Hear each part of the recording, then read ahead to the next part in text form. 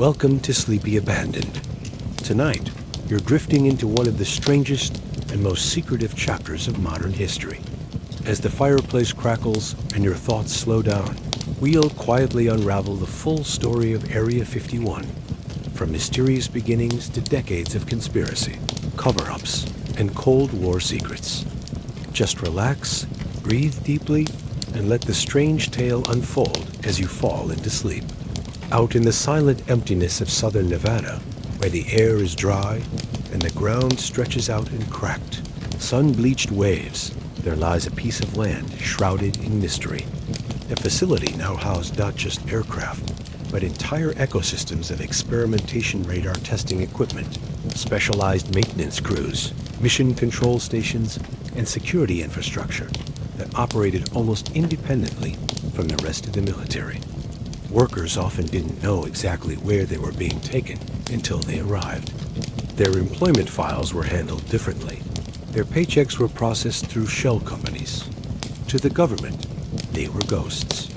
Pilots trained in total secrecy, learning to fly a jet that could outpace missiles and change altitude so rapidly it could induce blackouts if a maneuver wasn't carefully controlled. Every flight, every test run, and every system trial was tracked by small teams of observers hidden inside reinforced trailers or underground rooms. The intensity of the program meant that mistakes were inevitable. Pilots faced enormous physical pressure from the G-forces, and engineers worked long hours tweaking fuel systems, thermal protection, and avionics. Some prototypes crashed. Some disappeared entirely. When something went wrong, the wreckage was collected, the site sanitized, and the records sealed. Sometimes, not even the families of those involved were told the truth. And still, outside the fences, the stories continued. Civilians near the base reported strange sonic booms, lights that zigzagged across the night sky, and brief, eerie humming sounds that faded as quickly as they arrived. Commercial pilots flying routes across Nevada would sometimes glance out their windows and catch a dark shape streaking silently beneath them, then vanish. For the people who lived in nearby towns like Rachel, Nevada Area 51 wasn't a rumor. It was a real place that just wasn't allowed to exist on paper. The government's silence only added fuel to the fire. With every denied Freedom of Information request, every redacted document, and every dodged question, the myth of Area 51 deepened. Was it just spy planes? Or was something else going on in the desert? Were the UFO sightings just experimental technology? Or were they exactly what they appeared to be, craft not of this world? Inside the base, those questions weren't even entertained. The people who worked there were focused, compartmentalized, and under constant instruction to speak only when necessary. Their lives were shaped by schedules and secrecy, governed by protocols that didn't exist anywhere else. Most didn't even use the term Area 51. They referred to it by its airfield code, Homey Airport, or simply the site. But outside those desert walls, the public was beginning to put the puzzle together. A few maps from the Atomic Energy Commission included a faint label, Area 51, nestled near the Nevada test site's bombing ranges. Aviation enthusiasts began picking up unusual flight paths. Journalists heard whispers. And although no one could prove anything definitively, everyone agreed that something was happening out there. The Cold War kept the veil tightly drawn, but pressure was building. By the mid-1960s, Groom Lake had become an irreplaceable part of the American intelligence and defense apparatus. The data gathered there helped shape global strategy. Surveillance flights over hostile nations were now faster, safer, and more advanced than ever before. And because of the intense secrecy, these aircraft were often operational long before the public even knew they existed. The SR-71 Blackbird, for example, a descendant of the A-12, would go on to fly for nearly 3 decades without being shot down, collecting intelligence over North Korea, Vietnam, and the Middle East, all thanks to the foundational testing that had been done at Area 51. Yet even as new technologies emerged, The base maintained its pattern: test, hide, deny. This operating rhythm continued year after year, even as the world outside changed dramatically. New presidents were elected. The Vietnam War escalated. Men walked on the moon. And still, back in Nevada, the Groom Lake facility quietly expanded, its runways lengthened, its hangars enlarged, and its security tightened. The more visible the outside world became, the deeper Area 51 sank into the shadows. In many ways, it was becoming more than just a military base. It was becoming a symbol of the unknown, an idea, a riddle left unsolved, tucked into the rocky folds of the desert. And so as night falls and you begin to slip further into rest, picture that landscape as it was then: wind sweeping across open salt flats, shadows stretching across the sand, and a lone black aircraft lifting gently from the earth into the twilight sky. Silent, sleek, vanishing into thin air, with only a whisper of wind to mark its passing. In the next part of our story, we'll move deeper into the Cold War, following Area 51, as it becomes a testing ground, not only for aircraft, but for the future of warfare, its stealth bombers, experimental drones, and the beginning of the modern surveillance age. But for now, just breathe easy, and let that distant runway settle into your imagination, glowing faintly under the stars. This place, now known around the world as Area 51, has become a symbol of secrecy, of whispers and what-ifs. But before the alien stories, before the warning signs and fences, before the government denials and endless speculation, it was simply an empty desert, a quiet salt flat called Groom Lake, nestled among rolling ridges under the open sky. Tonight, as you drift into rest, we'll gently explore how that quiet land became the center of some of the most secretive operations in modern history. The story begins in the early 1950s, at the dawn of the Cold War. Tensions were rising fast between the United States and the Soviet Union. The world, still recovering from World War II, now stood on edge, caught between two powerful nations, both racing to build weapons and gather intelligence. The United States needed a way to peer deep into Soviet territory without being detected, and for that, they needed a new kind of aircraft, something capable of flying higher than anything else in the sky. The Central Intelligence Agency was tasked with building this plane, and their answer was the U-2, a lightweight, long-winged aircraft that could soar at over 70,000 feet. But to test it safely, away from foreign eyes or even the American public, they needed a secret location, quiet, remote, and hidden. That place became Groom Lake. The salt flat was ideal. It was isolated, surrounded by miles of barren desert, and its hard, flat surface could serve as a natural runway. So in 1955, under a veil of absolute secrecy, construction began. A few temporary structures were brought in, along with generators, fuel tanks, and trailers. Engineers and pilots were flown in from a secure terminal in Las Vegas, aboard unmarked planes flights that would eventually be known as the now infamous Janet Airlines. To the outside world, this place didn't exist. It wasn't on any map, and no one who worked there was allowed to talk about it, not even to their families. They called it the ranch, and the conditions were basic: dirt roads, mobile homes, and simple mess halls. But the work being done was anything but ordinary. The U-2 was a marvel for its time, and testing it required not just skill, but absolute silence. Test flights were conducted early in the morning or late at night to avoid being seen. All communications were kept internal. If a plane crashed, the wreckage was quickly removed and the incident buried in paperwork or explained away as something else.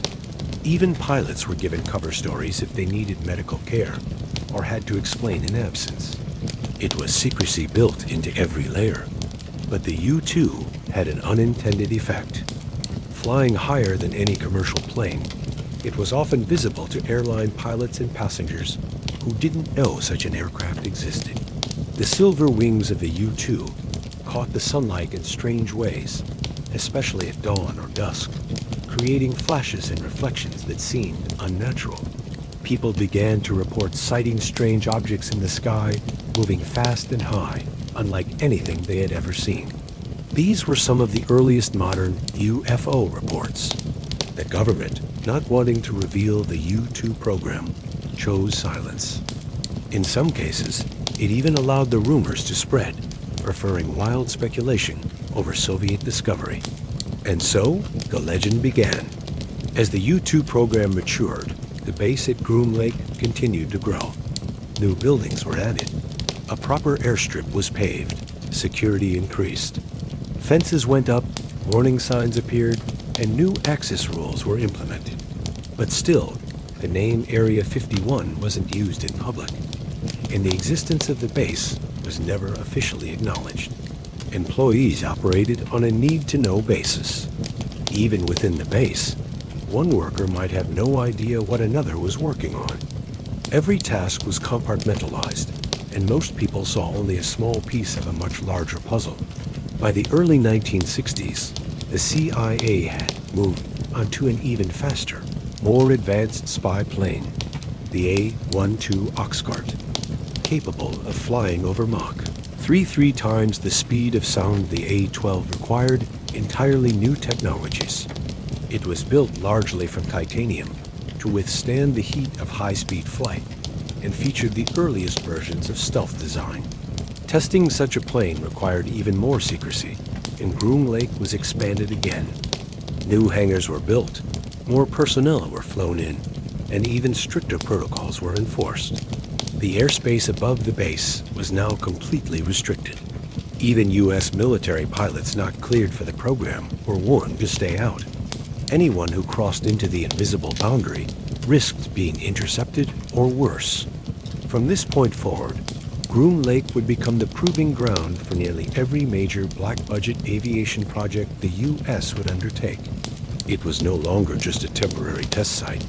It was evolving into something more, a permanent fixture in the world of classified defense work, and the foundation for decades of secrecy that would follow. As the A-12 program progressed, Groom Lake transformed even further. By the early 1970s, the world had begun to change. The Cold War, though still very much alive, was shifting into new territory. With every passing year, more people began to notice the strange aircraft, the unmarked flights from Las Vegas, and the eerie glow that occasionally radiated from beyond the desert mountains. Rumors had long surrounded the area, but by the 1980s and 90s, those whispers were turning into national conversation. Part of this shift came from popular culture. Films, television shows, and books began using Area 51 as a backdrop for stories of extraterrestrial life, government conspiracies, and advanced alien technology. It became a symbol of the unknown, of secrets buried in the desert, of a government that might know more than it was willing to say. People weren't just interested in military aircraft anymore. They wanted to know if what was being hidden out there had come from another world. Technology was accelerating, and surveillance was becoming more complex. Area 51 still officially unacknowledged had, by now evolved into a permanent fixture of America's black operations infrastructure. The aircraft tested there were no longer just fast or high-flying, they were becoming invisible. Groom Lake was no longer just about speed and altitude. It had become the birthplace of stealth. Following the legacy of the U-2 and A-12, the next major leap forward came in the form of a program so secret that most Pentagon officials hadn't even heard of it. This was the beginning of the stealth era, and the testing grounds would, as always, be tucked behind the dry ridges of southern Nevada. The concept of radar invisibility had been studied for years, but only now did the technology begin to catch up with the theory. Engineers at Lockheed Martin, his legendary Skunk Works division, were working on prototypes that looked more like shards of obsidian than airplanes, strange angular shapes with no curves, no cockpit bubbles, and no wings in the traditional sense. Their surfaces were designed to deflect radar signals at odd angles. making them almost undetectable by the systems that had tracked aircraft for decades. These strange craft would become known as the hopeless diamond prototypes, named for their awkward, unconventional geometry. But they weren't tested in California, where too many eyes might catch a glimpse. They were flown under the cover of night at Groom Lake, their shapes kept hidden in hangars by day and rolled out only after darkness fell. Every test was carefully logged, with each radar reflection measured, each acoustic signature studied, and each performance metric checked again and again. Even among those cleared to be on the base, only a select few were allowed to see the aircraft in full. The culture of compartmentalization was still in full effect, tightened even further. The workers called it working in the black. This meant absolute silence, no questions, no speculation, and no acknowledgement that the program even existed, not just with the public, but even within the walls of the base. The culmination of these experiments would eventually result in one of the most iconic stealth aircraft in history, the F-117 Nighthawk. Looking like something lifted straight from a science fiction novel, the F-117 was the first operational aircraft designed entirely around stealth principles. It was not fast, and it wasn't meant to dogfight. Instead, it was built to slit through enemy radar, strike surgically, and vanish without a trace. And like every secret that came before, it made its earliest flights over the cracked salt flats of Area 51. Test pilots described the surreal feeling of flying an aircraft that, to radar operators on the ground, simply wasn't there. The Nighthawk wasn't revealed to the public until the late 1980s, even though it had been flying for nearly a decade. Its combat debut would come in Panama and later in the Gulf War, where it performed precision strikes under the cover of night. But long before it became known to the world, it was just another whisper in the desert. Another shape moved silently from hangar to sky and back again, seen by only a few and never spoken of outside the base. Around this same time, Area 51 also became home to the testing of experimental drones. The idea of unmanned flight wasn't a new. Early drone concepts had been explored as far back as World War II, but in the secrecy of Groom Lake, those concepts were becoming realities. Small, agile aircraft with no cockpit, no pilot, and only remote guidance began to take shape. These test drones were early forerunners of what would later dominate modern military strategy. Some resembled sleek, winged kites. Others were little more than sensors with engines. All of them were quiet, hard to track, and operated under tight wraps. The success of these systems meant that a new era was approaching, one where surveillance, reconnaissance, and even strike capabilities could be conducted without risking a human pilot. As always, the base adapted. Specialized control rooms were constructed for remote operations. Data links were refined to allow pilots thousands of miles away to direct aircraft in real time. Groom Lake was no longer just a home for new planes. It was now a hub for new ways of thinking about flight altogether. The facility's landscape began to change again. New hangars were built, some of them dug partially into the desert floor. Concrete blast walls were added to obscure the view from potential satellite overpasses. Security tightened further. Motion sensors, radar, and infrared cameras lined the perimeter. Guard patrols increased. The dirt roads approaching the boundary were monitored by sensors buried just beneath the surface. And as before, the airspace remained strictly off-limits to all unauthorized traffic, enforced by jets scrambled at a moment's notice. Even the skies were guarded. While new technology reshaped what was happening inside Area 51, the world outside was growing more curious and more suspicious. As the new millennium began, and the world grew more connected through satellites, internet, and instant communication, the desert silence of Area 51 remained unchanged. Even as people around the globe zoomed in on neighborhoods using online maps and satellite images, the base itself continued to expand. Satellite images revealed new hangars with massive doors, wider taxiways, and strange geometric layouts that didn't correspond to any known aircraft. In the early 2010s, reports surfaced about a new generation of high-speed, high-altitude test vehicles, possibly involving scramjet propulsion or blended wing-body designs. Observers noted the occasional roar of an unfamiliar engine echoing across the mountains, heard only at night. Lights streaked across the desert sky, rising and falling with no pattern. And then there was silence again. Those who watched Groom Lake closely learned to read the quiet. A sudden construction project might signal a new test platform. A surge in security flights or restricted airspace might mean something was moving at night. But always, there were more questions than answers. People began to wonder how far the black-budget programs had come. If the SR-71 Blackbird publicly revealed in the 1960s could fly at 3 times the speed of sound and still be operational decades later, then what had replaced it?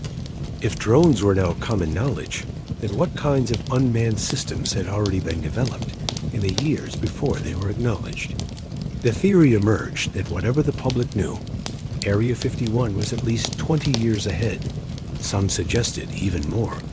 And then there were the rumors, persistent, detailed, and difficult to disprove. Stories of underground hangars that stretched for miles. Of aircraft that could hover silently, shift shape in the air, or vanish entirely. Of magnetic propulsion systems, energy weapons, and cloaking devices that bent light itself. These ideas often sounded like science fiction, and perhaps they were. But they didn't disappear. They lingered in forums, in books, and in the quiet voices of former workers who never quite confirmed anything but hinted at everything. Occasionally, a photo would surface blurry, grainy, usually taken from miles away, of a triangular shape hovering just above the desert floor, or a flash of white light cutting through the air with no wings and no sound. Most were dismissed. Some were explained. But a few remained unexplained, feeding the ongoing mythology of Groom Lake. The government, as always, said nothing. In 2019, a satirical event called Storm Area 51 exploded online. What began as a joke invitation to see them aliens quickly snowballed into a viral movement, with over 1 million people claiming they would show up and rush the gates. Authorities braced for chaos, and while the actual turnout was small, it once again placed a bright spotlight on a place built entirely to avoid them. Media descended on the desert. News crews interviewed residents of Rachel, Nevada. Law enforcement issued warnings. And through it all, the base stayed silent, untouched, unbothered. There were no confrontations, no revelations. Just the heat of the Nevada sun, the fences standing tall, and the same guarded entrances that had turned away decades of questions. But something had shifted. The public now fully accepted Area 51, not just as a real location, but as a necessary one, a place where the unknown was cultivated, where secrets were designed and maintained for purposes no one could quite define. People no longer asked, does it exist? Now they asked, what's next? That question loomed as new concepts entered military discussions. Artificial intelligence controlling fighter jets, hypersonic weapons that could strike targets in minutes, and quantum computing that might one day encrypt or decode the world's most sensitive data. If any of these technologies were being tested, if they needed isolation, security, and total blackout from public knowledge, Area 51 would still be the first choice. It had the history, it had the infrastructure, and more than anything, it had the silence. The base didn't advertise progress. It never released press statements or mission briefings. It didn't invite reporters or release glossy brochures. Instead, it moved forward in shadows. And perhaps that was always the point. It was never meant to be understood. It was meant to be unnoticed. Still, for all the secrecy, there remains one constant truth. Everything that flies must eventually land. And on those long desert runways, under the watchful eyes of guards and sensors, something always touches down. We may never know what it is, We may never see the designs, the data, or the pilots. But somewhere, just beyond the hills, the work continues. Even now, as the stars rise over the Nevada desert and the wind moves quietly through the sagebrush, something waits behind hangar doors, silent, motionless, unseen. A future not yet spoken. A machine not yet revealed. And the desert, as always, keeps its secrets well. Groom Lake stayed largely invisible, its runways blurred, its buildings wiped from view, and its airspace still protected with unmatched intensity. But while the outside world was accelerating, inside the base, progress moved at its own steady, silent pace. Area 51 had become something more than a military testing site. It had become a cradle for ideas that couldn't be spoken aloud, a home for prototypes that would never be acknowledged until their usefulness had already passed. While its history had been built on the backs of spy planes and stealth bombers, this new chapter would dive even deeper into the invisible unmanned systems, electronic warfare, next-generation propulsion, and platforms so advanced they often defied the categories of aircraft or drone. By the early 2000s, the world had entered a new era of conflict, shaped less by nation-states and more by asymmetrical warfare, intelligence gathering, and global surveillance. Area 51's value increased, not because of the scale of conflict, but because of the scale of secrecy now required. New threats demanded new tools, and once again, Groom Lake became the incubator for these tools. While specific names and models remain classified, aviation analysts and defense journalists have traced the development of several mysterious aircraft back to this region. Sightings of large, triangular craft, almost silent in flight, with smooth edges and unusual flight profiles, were reported with increasing frequency around Groom Lake and nearby restricted zones. Some believed these to be next-generation stealth reconnaissance drones. Others thought they might be capable of hypersonic speeds, traveling 5 times faster than sound. Still, the government said nothing, and that silence became its most consistent strategy. In many ways, the lack of official recognition became a language of its own. A project didn't need to be denied outright. It could simply not be spoken of. Over time, the less said, the more curious people became. That curiosity turned Groom Lake into one of the most analyzed and speculated upon pieces of land on Earth. Online communities tracked flight patterns near the base. Amateur satellite observers compared daily images to spot subtle changes, shadows shifting, new roads appearing, fresh tire tracks leading to hidden buildings. Rumors circulated about deep underground tunnels, magnetic rail systems, experimental aircraft shaped like boomerangs, and black-budget programs decades ahead of public technology. Whether any of it was true didn't seem to matter. The mystery itself was enough to keep people looking.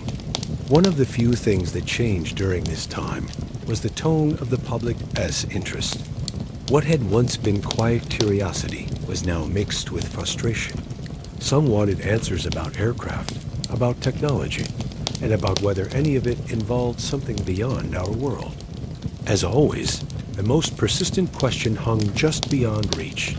Were the UFO stories linked to something real? Or were they, as they had always been, convenient shadows cast by very human machines? Over the decades, the term UFO had shifted from folklore into military vocabulary. The U.S. government quietly rebranded the phenomena as UAP, Unidentified Aerial Phenomena, began releasing some information to the public in the 2020s. Reports from Navy pilots described strange craft with no visible propulsion, able to hover, change direction instantly, and accelerate in ways no known aircraft could. These encounters, while not tied directly to Area 51, reignited the belief that somewhere in the desert, buried under hangars or sealed in underground vaults, might be physical evidence, fragments of a craft, or even intact machines not made on Earth. And just like before, Area 51 was the center of the speculation. What made these claims different now was that they weren't just coming from civilians or fringe researchers. they were coming from pilots, radar operators, and former officials. Still, the familiar silence from Groom Lake held firm. The base neither confirmed nor denied any connection to these reports. It didn't need to. Its very purpose had always been to exist in the spaces between questions and answers. And while the rest of the country debated the possibilities, Area 51 kept doing what it had always done: testing, flying, refining. In time, the public's attention moved on, as it always did. But for those watching closely, the base remained a quiet drumbeat in the background of history, pulsing steadily just beneath the surface. Even as the outside world cycled through political changes, new technologies, and shifting threats, Area 51 never seemed to age. Out in the Nevada desert, far beyond the reach of paved roads or casual visitors, lies the most restricted land in the United States. Not just a base, not just an airfield, Area 51 is a fortress of silence. Its boundaries are not simply lines on a map, but living borders, guarded and watched day and night. When something is so well hidden, so completely denied, it begins to live in a space between fact and fiction. But they have become part of the fabric of the legend scientists, engineers, pilots, and guards who carry pieces of history that may never be written down. The sound of desert wind brushing across the metal siding of a hangar, the faint hum of electricity running through underground walls. And somewhere deep inside, a figure moving through a long corridor badge clipped to their collar, steps silent on a polished floor. The projects tested at Area 51 often deal with the next generation of defense systems, unmanned aircraft, stealth platforms, electronic warfare. If even a small detail leaked, it could give enemies a head start. In the Cold War, it was about staying ahead of the Soviets.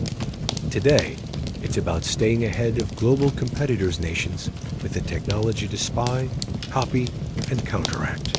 But some believe the secrecy goes even deeper, that it protects not just national defense, but things we're not ready to understand. In the next half of this part, we'll explore the deeper implications of this intense security, the lawsuits, the hidden land seizures, the strange deaths, and the lingering belief that whatever lies inside Groom Lake, it's not meant for public eyes at all. They know where they are. They know what they've seen, but they will never speak. And that, more than anything, is why no one is allowed inside. The secrecy is generational now, passed from project to project, evolving with each new threat, each new war, each new piece of unimaginable technology. The restricted airspace above Area 51 known as R4808N is completely closed to all aircraft not cleared for the mission. Even U.S. military pilots flying nearby are trained from the very beginning of their careers to stay far away from that airspace. If they stray in by accident, they risk losing their wings. Jets may be scrambled. Infractions are recorded and remembered. This invisible box in the sky has been enforced since the Cold War, and no other airspace in the country is protected with quite the same intensity. Satellites, drones, and even spy balloons have limited use here. The U.S. government uses a variety of methods to prevent overhead surveillance, including building hangars with retractable roofs, using camouflage netting, and even pausing sensitive activity when known satellite passes occur. It's a dance that's gone on for decades. Test something new, protect it from every eye, then remove all evidence before anyone has time to piece things together. What makes Area 51 different from other bases is not just the secrecy. It's the way the secrecy is enforced at every level. Workers who arrive each morning aboard unmarked Janet flights from Las Vegas don't carry phones. They don't talk to the media. They don't even tell their families where they go every day. Most have been working there for years. They sit in the same windowless cafeteria, walk the same sun-bleached corridors, and work on tasks so compartmentalized they may never know what they're really building. One engineer might be testing a new wing surface, another, a fuel system. Neither will know how it fits into the larger project, if there even is one. That separation is deliberate. It prevents leaks, confusion, and even curiosity. It keeps the secrets alive. It's not just about hiding machines. It's about preserving mystery. Because mystery, in many ways, is a weapon. If the world doesn't know what you're capable of, it must assume the worst. That fear, that uncertainty, becomes a form of power. And Groom Lake dry, dusty, and endlessly quiet is the perfect stage for that kind of theater. The mind begins to wander. What could possibly require that level of protection? Experimental aircraft? Certainly.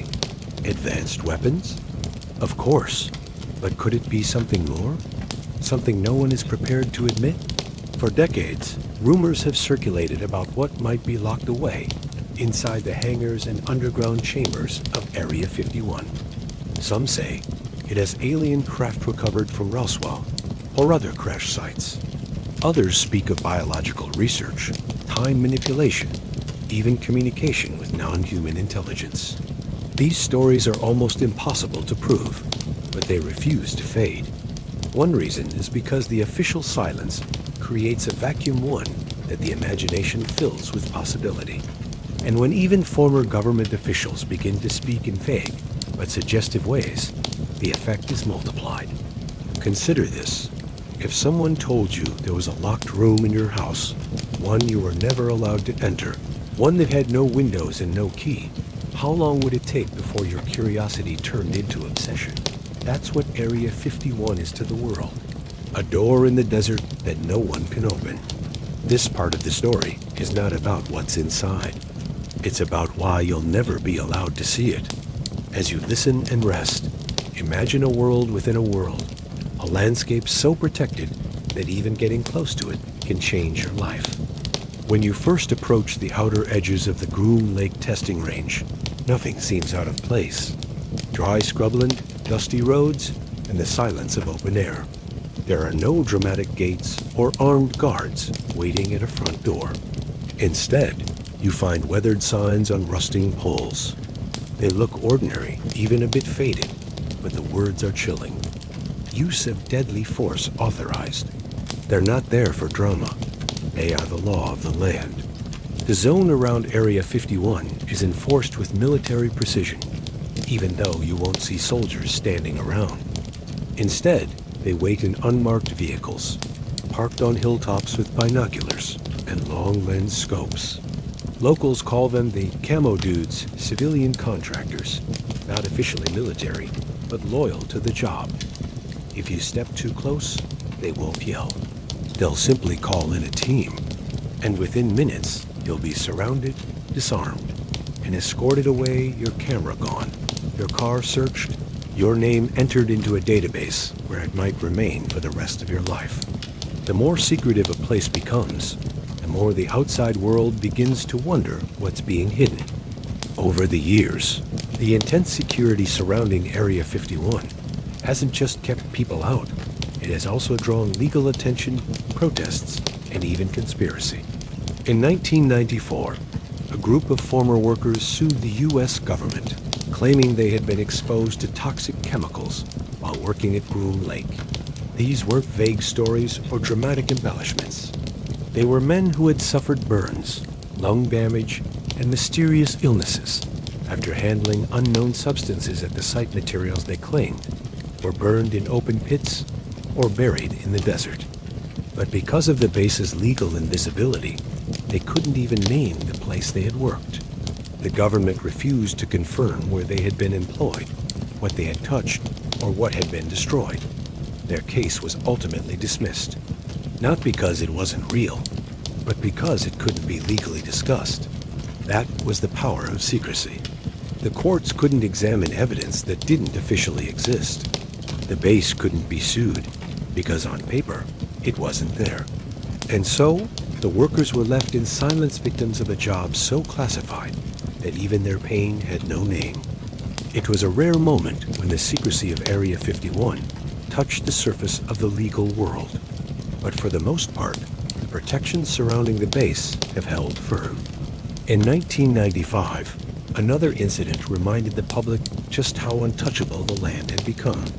Civilians who had used a nearby mountain freedom ridge to observe the base through telescopes and long-range lenses suddenly found their path cut off. The government seized the land without warning, citing national security. No structures had been built there. No one had crossed the actual border. But even the ability to look into Groom Lake from afar was now considered too much of a risk. The perimeter expanded again. Public land became restricted, and Freedom Ridge, once a quiet place where curious onlookers could camp and stare across the desert, was no longer accessible. The government didn't have to explain why, and it didn't. It simply posted signs and moved on. That's how Area 51 operates. Not through spectacle, but through silence. The deeper effect of this silence is more psychological than physical. It changes the way we think about what's real. And the people who work behind that door, most will never speak. Some will never be known. As you drift further into sleep, you can imagine the stillness of that place. But the surface security is only part of the picture. The real control comes from the air. Why is this secrecy so extreme? The answer, for most, lies in national security. Of all the secrets buried beneath the Nevada desert, perhaps the most compelling are the ones no one can prove, but everyone seems to know. Area 51 is a place made of facts, yet built from whispers. And over time, those whispers have grown louder, stranger, and more elaborate. A rancher in Roswell, New Mexico, discovered strange debris in his field after a violent thunderstorm. The U.S. military first reported it as the recovery of a flying disc, then abruptly reversed course, calling it a downed weather balloon.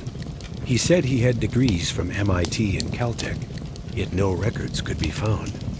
Former military personnel, civilian contractors, and anonymous insiders began to describe strange lights in the sky, silent craft hovering over the desert, and stories of underground chambers housing more than just planes. Some believed the base had successfully developed hypersonic aircraft, capable of traveling more than 5 times the speed of sound. For some, Area 51 wasn't just a test site for aircraft. It was a portal, a gateway to something far beyond ordinary comprehension. Stories began to circulate about underground facilities, not just beneath the surface, but stretching for miles in every direction, even connecting to other secret bases across the American West. Experiments, they said, were being conducted on telepathy, mind control, and the possibility of direct communication with non-human intelligence. Not through language, but through thought. The CIA once spent millions on remote viewing programs. The Air Force once proposed building a base on the moon. It exists in a gray space between reality and imagination, where every denial feels like a clue, and every silence feels like confirmation. The skies above Area 51 have long been filled with anomalies, many likely the result of classified flight tests, but not all so easily explained. And that uncertainty is precisely what makes the stories endure. Somewhere behind them, the lights are still on. Somewhere in the desert, something is still being tested. Maybe it's just the next generation of aircraft sleep, fast and silent. Or maybe it's something older, something recovered, something ... not made here. In a world where most mysteries are eventually explained, Area 51 remains curiously silent. It doesn't respond. It doesn't deny. It simply waits. And the sky, above all else, keeps its secrets. And while the world watches, listens, and wonders, the fences stay up. The warning signs remain posted. The guards don't speak. The airspace stays closed. Civilian witnesses have described objects that moved without inertia, made no sound, and performed maneuvers impossible for human-made craft. Some of these sightings have even been recorded on video, on radar, by trained observers with nothing to gain from fabrication. Were these just advanced drones? Prototypes never released to the public? Or were they something else entirely? The base has become the ultimate symbol of secrecy. Even its geography works in its favor. Surrounded by mountains, shielded by lightless desert, cut off from cell signals and paved roads, Groom Lake is a natural fortress. It's the perfect place to hide not just secrets, but ideas.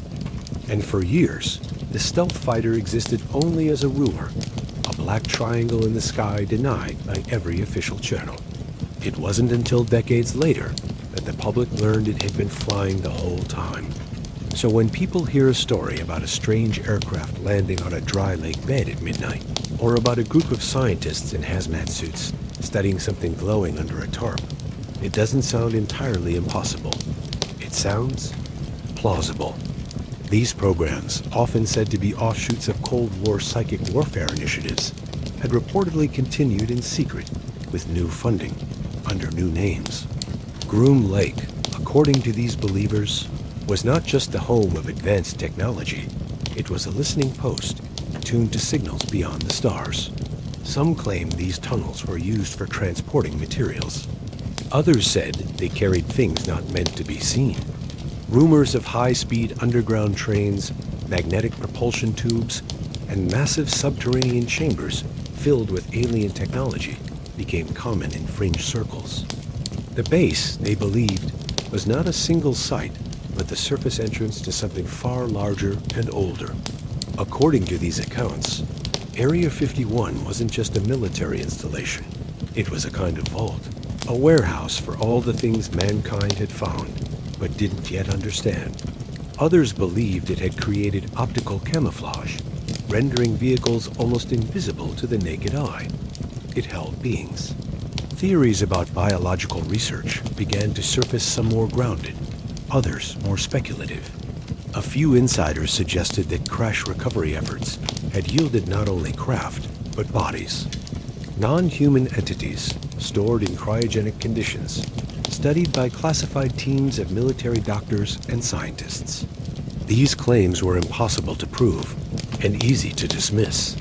But every so often, someone would come forward in an anonymous interview, a letter sent to a journalist, a deathbed confession, and the whispers would begin again. Descriptions varied. Small humanoids, large insect-like creatures, something reptilian. Most said nothing more than that they were different from us, different from anything seen in the fossil record, different from what should exist.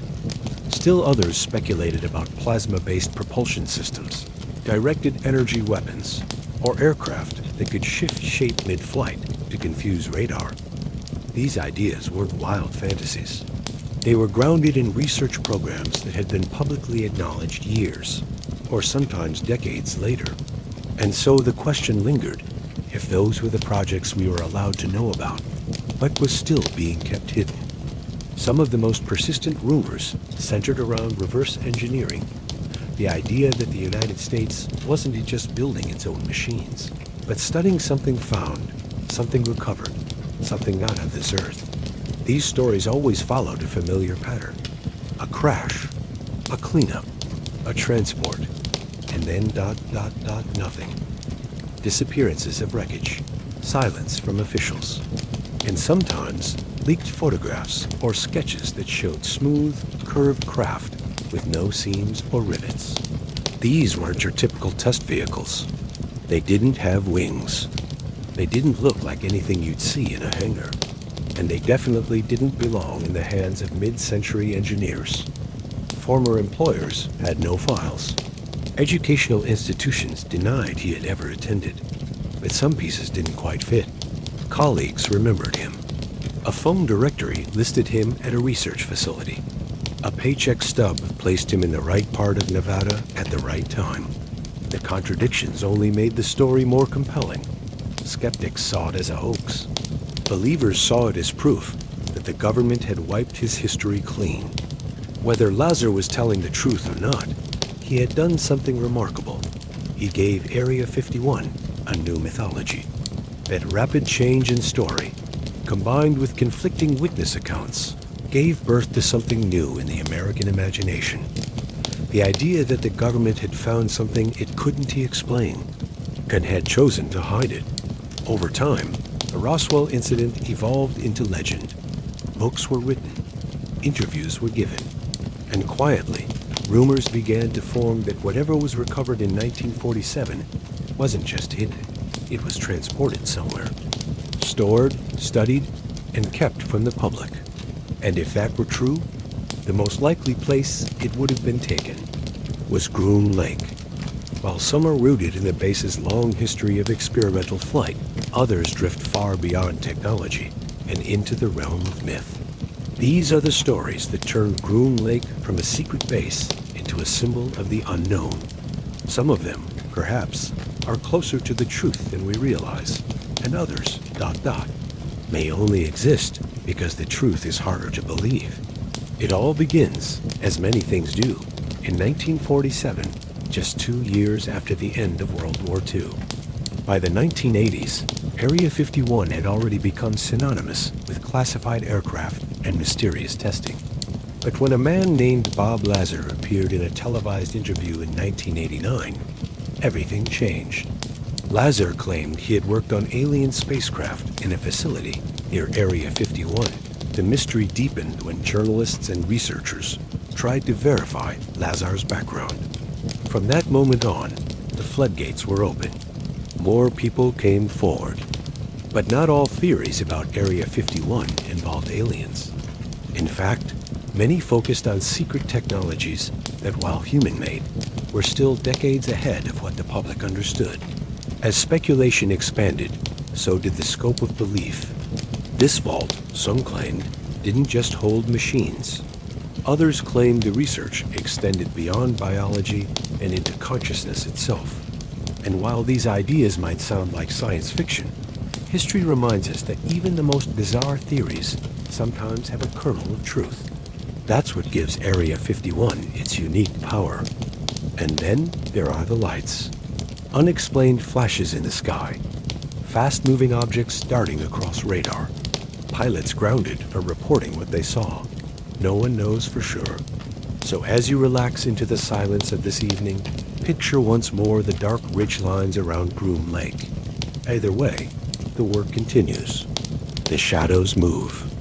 Long before the world imagined aliens and crash-landed saucers, Area 51 was quietly shaping the skies of the Cold War. It began not as a mystery, but as a necessity. In 1955, the CIA officially selected the site as the test ground for its most ambitious aircraft to date, the U-2 spy plane. Its mission was clear fly over Soviet territory, take high-resolution photographs, and return unseen. If the U-2 had been successful, the next project had to be faster, harder to detect, more advanced in every way. That led to the creation of the AV-1-2 Oxcart, another black project under the CIA S-Wing. Shaped like a dagger, built from titanium and designed for speed, the A-12 could fly at over 2,000 miles per hour faster than a rifle bullet and at altitudes exceeding 85,000 feet. It was about keeping the cutting edge invisible until the time was right. Every project, every plane, every leap in technology tested there was a reminder that the future often begins in silence. It was the precursor to the more famous SR-71 Blackbird, but it remained a ghost for most of its life, flying only from Groom Lake, known only to a handful of people. Every new threat meant new solutions, and each solution had to be tested in absolute secrecy. Some of the most sensitive and secretive operations involved foreign aircraft specifically, aircraft built by the United States adversaries, and even aircraft designed to scatter radio waves in unpredictable directions. The Groom Lake facility tested these concepts relentlessly, often rebuilding entire planes from scratch, just to reduce their visibility by a few percentage points. It was a quiet reveal, tucked inside a larger release about the history of the U-2 spy plane. The acknowledgement proved that the base had existed all along exactly where researchers and satellite images had said it was. The rest remained sealed behind new layers of classification, deeper hangars, and stricter protocols. In the years that followed, more activity would be seen. New structures, new runways, lights in the sky once more. But now the public knew for certain there really was something in that desert. The only question left was ... what comes next? For decades, the government had insisted it didn't exist. And now, quietly, it had admitted the opposite. The effect was strangely quiet. There were no major headlines, no press conferences. But for those who had watched the base for years, it was a kind of vindication. Area 51 was real. It had always been real. And if they had hidden that for so long, what else might still be hidden? The documents referred to Groom Lake by name, described its selection in the 1950s, and detailed the development of early reconnaissance aircraft. But it didn't mention aliens. It didn't talk about S4, or secret tunnels, or non-human technology. It focused only on the history of flight testing. Every angle, every bolt, every surface was studied. Engineers sometimes worked without knowing what they were designing, just that it needed to be invisible. These efforts fed into larger programs, many of which the world wouldn't know about for years. The base had by now evolved into a highly adaptable proving ground, home to some of the most sensitive and advanced military technology ever developed. It looked nothing like a traditional plane. Its body resembled a flying whale, blunt and curved, with no vertical tail. It was a stealth testbed, flown only a handful of times, and then locked away. Its strange shape helped researchers better understand how to avoid detection. Though Tacit Blue never entered production, it helped shape future platforms, including the B-2 Spirit bomber, another aircraft that flew at Groom Lake, long before its public unveiling. The B-2, with its sleek, flying wing design, would eventually become one of the most iconic stealth aircraft in the world. But in the early days, it was just another shadow in the desert sky. With the success of the U-2, A-12, and F-117 behind them, planners turned their attention to something even more challenging: controlling the skies without ever being seen. That meant not just flying higher or faster, it meant disappearing entirely from enemy view. To those who saw it, it looked like something from another world. No commercial jet, no military aircraft at the time looked anything like it. It would operate at altitudes of over 70,000 feet higher than any known fighter or surface-to-air missile. Civilians near the Nevada desert began calling in strange sightings. Lights in the sky, metallic objects flying far too high, far too fast. Even military pilots unfamiliar with the program reported them. But they weren't seeing aliens. They were seeing the future. The ECI later admitted that many of these reports, particularly in the 1950s and 60s, coincided with the test flights of the U-2 and A-12 programs. The aircraft were flying at altitudes previously unthinkable, often catching sunlight and glowing against the deep blue of the upper atmosphere. But the agency couldn't tell the truth not then, so the stories were left to grow on their own. But before that could happen, it had to be built, refined, and tested in total secrecy. Area 51 became its cradle. Developed in the late 1970s and early 80s, it looked like no aircraft before it angular, flat, and coated in radar-absorbing material. Early prototypes were tested in darkness, hidden from satellite view, flying only during brief windows when no one was watching.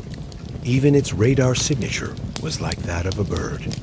When it was finally revealed to the public in the late 1980s, it stunned the world, but by then, it had already been flying for nearly a decade. And like the aircraft before it, the F-117 was part of a long chain of innovation, one that always pointed back to Groom Lake. In the 1950s, the United States faced a critical problem: how to gather intelligence on its greatest rival, the Soviet Union, without risking war.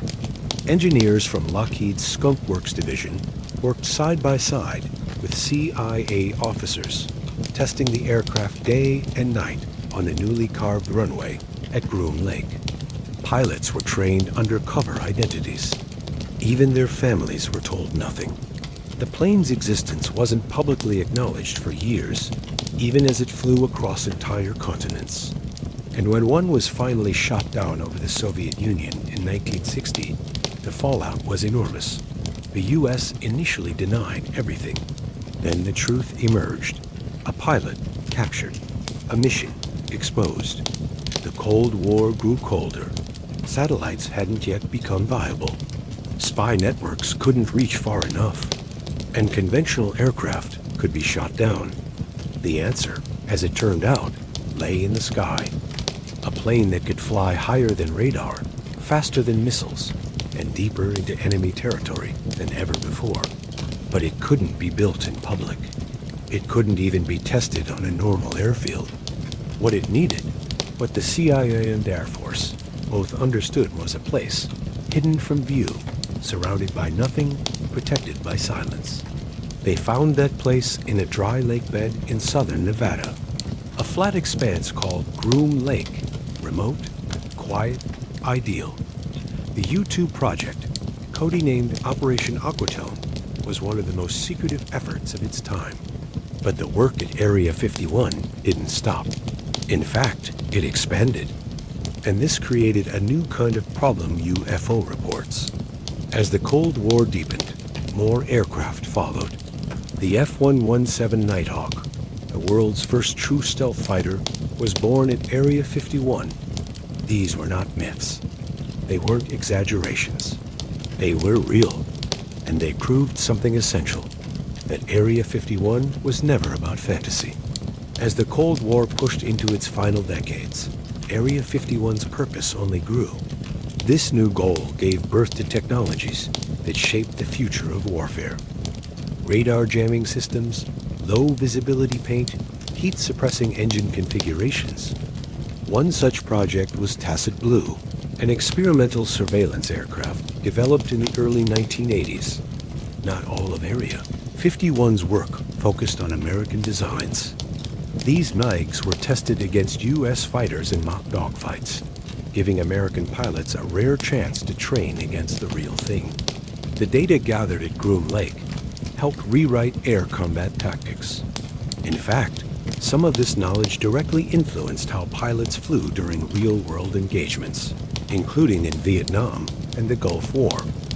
And yet, at the time, the world knew none of it.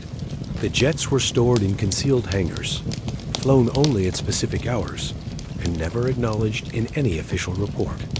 By the late 1980s and early 90s, the world had changed. The Cold War was winding down. The Soviet Union collapsed. The urgency of total secrecy had shifted, but the mystery surrounding Area 51 had only grown. People were asking more questions. Satellite imagery became publicly available. Civilian researchers, aviation enthusiasts, and conspiracy theorists all turned their eyes to the Nevada desert, and the government's refusal to acknowledge the base only fueled the fire. People wanted answers. What was really going on inside those hangars? What had been built there over the last 40 years? Then, in 2013, something unusual happened. After nearly 6 decades of silence, the CIA declassified documents confirming for the first time the existence of Area 51. Still, it was a moment that changed everything. The admission didn't close the book on Area 51. If anything, it opened it wider. The Cold War projects were just one chapter. In the early light of the 21st century, the myth of Area 51 didn't fade. It adapted. Satellite imagery began to show significant expansion at Groom Lake. A new, massive hangar appeared at the southern edge of the base, far larger than any existing structure. Its sleek shape and radar-dodging curves were all the hallmarks of Groom Lake engineering. As fewer official secrets leaked, the gap was filled by imagination. Shows, books, podcasts, and internet forums all kept the mystery alive. Each decade brought a new generation of curious minds, some chasing the history, others chasing lights in the sky. And occasionally, the two intersected, only glimpses. Glints of light reflecting off something high overhead. A single tweet can spread across the planet in seconds. And yet, somehow, Area 51 still remains largely untouched by all of it. And most untraceable systems, secrecy is once again a matter of national survival. Year after year, budgets are passed with quiet line items, black programs tucked away in classified documents, contractors with code names, facilities with no official function.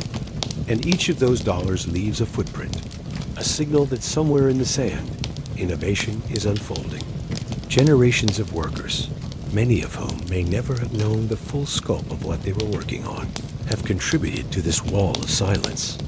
Over the decades, only a few former employees have spoken out, and when they do, it's usually long after retirement, in carefully worded interviews, with legal boundaries carefully respected. Most say the same thing. They were proud of what they did, that it was challenging, that it was important. But when asked what exactly they simply smile and say nothing. Somewhere out there, in the dark behind the ridges, a hangar door opens. Lights flicker on. A machine stirs. Whether it's a drone, a fighter, or something not meant to be named, it will rise into the sky the same way it always has, unseen, unspoken, and always one step ahead of the world watching from below. It's not defiance, it's discipline. A reminder that some stories are not meant to be told, even when the war is over. And it has held, largely intact, for more than 70 years. That longevity is rare. Even in other classified programs, details often leak. Perhaps one day, aircraft will no longer be tested in the air, but simulated entirely in digital environments. Perhaps warfare will shift so far into space or cyberspace that physical bases will become obsolete. But even then, Groom Lake will have a purpose. It will stand as a symbol of a very specific kind of thinking one, where silence is strength, and where the unknown is used not to frighten, but to protect. That's what made it so effective in the Cold War, and what may continue to make it essential in the decades to come. But with Area 51, the mystique has endured. The ridges overlooking the base are now monitored by curious hikers, long-lens photographers, and YouTube channels dedicated to catching a glimpse of something new. Most see nothing more than distant buildings shimmering in the heat. But once in a while, someone catches something a contrail at an odd altitude. A triangular silhouette racing through the sky. A low hum that vanishes before the echo finishes bouncing off the rocks. And just like that, the story renews itself. Area 51 now likely hosts projects not just in aviation, but in artificial intelligence, signal warfare, and systems that won't fly at all, but operate in cyberspace. Some analysts believe the base plays a role in testing AI-managed defense platforms, autonomous drones that can communicate with each other without human input, forming self-coordinated fleets. Others speculate about quantum radar systems, designed to pierce through stealth, or directed energy weapons technology that once belonged only in science fiction. In an era defined by oversharing and constant surveillance, Groom Lake has become something almost surreal, a place that resists the digital age. You can't fly a drone over it. You can't photograph it up close. And even if you stumble near it by accident, you'll be met not with signs of curiosity, but with firm reminders that you're not supposed to be there. It is perhaps the last truly invisible place in America. A strange boom heard by hikers in the distance. A new shape spotted from afar, so fast it vanishes before it's clear. That's how it's always worked. A pattern stretching back decades. Silence, glimpse, denial. Decades later, confirmation. It's the way it bends the rules of how we understand government, geography, and control. Officially, the base doesn't exist on most maps. If you request public records about it, they're often heavily redacted. Employees sign lifetime non-disclosure agreements and are sometimes escorted to and from the facility with no chance to see or speak to outsiders. Even the airspace around the base, called R4808N, is one of the few areas in the United States permanently off-limits to all civilian aircraft. Pilots are briefed to avoid it, and military exercises are rerouted around it. There are no exceptions. By then, the technology has changed again, and the story repeats. Then there was the X-47B, an experimental unmanned combat drone capable of taking off and landing on aircraft carriers, all without a human pilot on board. A Facebook event titled Storm Area 51, They Can't Stop All of Us, went viral, gathering millions of responses. But new roads, fuel storage tanks, radar arrays, and extended runways. Clearly, the mission of the base wasn't winding down. It was evolving. Today, most analysts agree that Groom Lake is still at the heart of the most classified aircraft programs in the world. But its focus may have shifted. In addition to traditional flight testing, it likely plays a major role in autonomous systems, artificial intelligence-guided flight, and electronic warfare fields that will define the next century of combat. The desert, it seems, remains the perfect place to train machines to fly without pilots, to think without commands, to fight without being seen. It began as satire, poking fun at the idea of uncovering alien secrets by sheer force of numbers. But as the date approached, people actually began arriving in the Nevada desert, not to trespass, but to gather, to celebrate the myth, to laugh, to camp, and to stare out at the distant restricted hills. Local law enforcement prepared for the worst, but the result was peaceful. It wasn't a protest, it was a pilgrimage. A lighthearted reminder that Area 51 wasn't just a place anymore. It was a part of pop culture. It had become a shared story, told by thousands, shaped by mystery. Though its primary tests occurred elsewhere, its roots, many believe, were tied to Nevada. And still, the public likely only sees a fraction of what exists. If history has taught us anything, it's that for every aircraft made public, there are others that never leave the dark. From orbit, it looked like a warehouse. On the ground, it sparked immediate speculation. What required that much space? What was being housed behind its sealed doors? Aviation watchers took notice. Analysts noted that this kind of construction wasn't casual. It signaled something new was being tested, something big. Maybe a new aircraft. Maybe a drone the public wouldn't know about for another decade. No one could say for sure. But the base was clearly not finished with its purpose. The age of stealth wasn't over. It was just entering a new phase.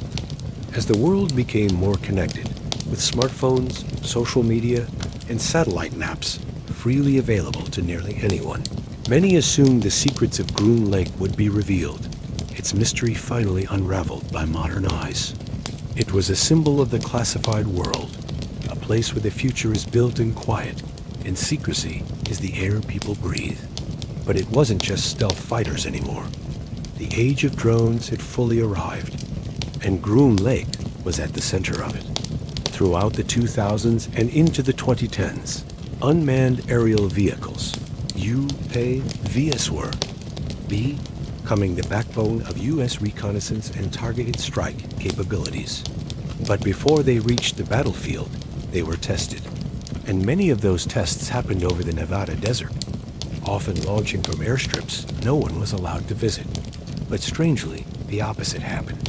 The base remained hidden not by shadows anymore, but by silence. The more we looked, the more it seemed to fold itself deeper into the desert. Area 51 wasn't disappearing, it was growing. In 2007, something shifted. By now, Area 51 had become more than a test site. Some of these drones were eventually made public. The RQ-170 Sentinel, for example, first spotted by accident in Afghanistan in 2007, was later confirmed as a stealth surveillance drone. Meanwhile, outside the fences, interest in Area 51 never slowed. In fact, in some ways, it grew stronger. In 2019, a strange joke on the internet became a real-world moment. But back inside the fence, the work continued. Satellite photos over the years showed not just new hangars, and just like before, none of this is confirmed. No press releases. No briefings. In today's world, keeping secrets isn't easy. Cameras are everywhere. Satellites pass overhead with more frequency than ever before, and that invisibility serves a purpose. In an age of rapid technological competition, when nations race to develop the fastest, smartest, yet these are only speculations, the government does not confirm what's tested at Groom Lake, but it does invest in the region heavily. What makes Area 51 so unique isn't just its mission. This level of control requires more than just fences and guards. It requires coordination at the highest levels of government and a long-standing culture of secrecy. And part of that mystique now belongs to the people who have worked there. As Area 51 moves further into the future, its function may evolve. Still, the public will keep watching. So as you breathe slowly and your eyes get heavier, picture that vast, empty desert, so still, so wide, and yet hiding more than we'll ever know. Even the most secure places are never completely immune to risk. Over the decades, Area 51 has faced its share of unexpected challenges, moments when the veil of secrecy almost lifted and the world got dangerously close to seeing what lies behind the fences. They believed the government had no right to keep such a large area locked away from public view. In the early 2000s, a hacker known only by the alias Shadow Blade claimed to have infiltrated several military servers connected to Area 51. His small plane was immediately intercepted by military jets, and he was ordered to land at a nearby airbase. After questioning, he claimed he had simply lost his way during a routine flight. Though he was released without charges, the event raised alarms about the effectiveness of aerial security. From that day forward, the no-fly zone over Area 51 was enforced with even greater rigor. Radar systems were upgraded, and patrol flights increased. Guards watching every movement, radar scanning every blip, and a system prepared to respond instantly to any threat. Area 51 remains a fortress not just of concrete and steel, but of control. Workers were flown in each day on unmarked planes, mostly from McCarran Airport in Las Vegas, aboard a now well-known, but still officially unacknowledged airline.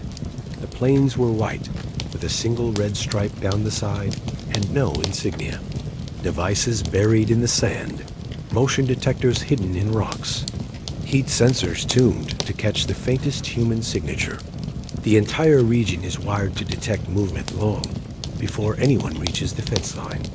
Even wildlife sometimes sets off alarms. And if a person walks too close, they're often met by the famous camo dudes, private contractors dressed in desert camouflage, appearing without warning from high ridges or in silent trucks, watching without speaking, recording without explaining. A philosophy. Area 51 is not just where secrets are stored. It's where secrets are treated as tools. It hums in the night, it watches in silence, and it keeps secrets in a way few places ever could. Every locked door, every redacted page, every unanswered question becomes part of a larger strategy to keep the cutting edge protected and the world guessing. And whatever it is, they're still doing it. To this day, these flights, known informally as the Janet flights, remain the primary way employees reach Groom Lake. Anyone caught near the restricted boundary can be detained, searched, and fined, even if they never cross into the base itself. Over the years, numerous hikers and curious tourists have found themselves escorted away by camo dudes, sometimes without understanding how they were spotted in the first place. Even toxic waste, even workplace conditions, none of it has to be disclosed. It was a stark reminder of how far the government is willing to go to protect Groom Lake's operations. For the former workers, it was a bitter outcome. But for national security planners, it was just another layer in the fortress. It's a powerful demonstration of just how closely monitored the region really is. You don't have to step inside the fence to be seen. You only have to get close. They board under pseudonyms. They don't speak to each other about their assignments. and they leave the base each evening as quietly as they arrived. In the 1990s, environmental lawsuits were filed by former workers who claimed they had been exposed to hazardous chemicals at the base. They described open-air burning pits where classified materials were incinerated, sometimes producing clouds of toxic smoke. These workers suffered mysterious illnesses, and they asked the government for information that could help them get treatment. But instead of providing documentation, the federal government responded by invoking a Special Exemption 1 that allowed Area 51 to be entirely excluded from environmental law. And though the occasional breach reminds us of its vulnerability, it also proves how committed those inside are to preserving its silence. The skies above Groom Lake became one of the most closely watched airspaces on the planet. Workers at Groom Lake have long described a unique kind of compartmentalization. You might spend years working on a piece of technology without ever knowing what it was for. Engineers were sometimes shown only a wing, or a panel, or a control system, never the full aircraft. Mechanics installed systems into sealed boxes they weren't allowed to open. Even pilots were occasionally blind to the names of the teams designing their planes. It was secrecy by design, a puzzle built so that no single person could see the whole image. Though no definitive proof of this hack was ever released, rumors of stolen data, leaked blueprints, and intercepted communications spread rapidly across online forums and underground networks. The drone was quickly tracked and intercepted by security forces, but the incident sparked a wave of concern. In one story, a contractor described walking past an open hangar door in the early 1990s and glimpsing something strange. A sleek, dark aircraft with no visible canopy and a surface that seemed to shimmer slightly under the desert sun. Before he could ask questions, the door was shut. He was later reminded gently but firmly that wandering eyes could end careers. Another worker recalled strange vibrations in the ground during night shifts, followed by brief but blinding lights that lit up the sky for just a moment. He never saw what caused them, but the pattern repeated once every few weeks, always after midnight.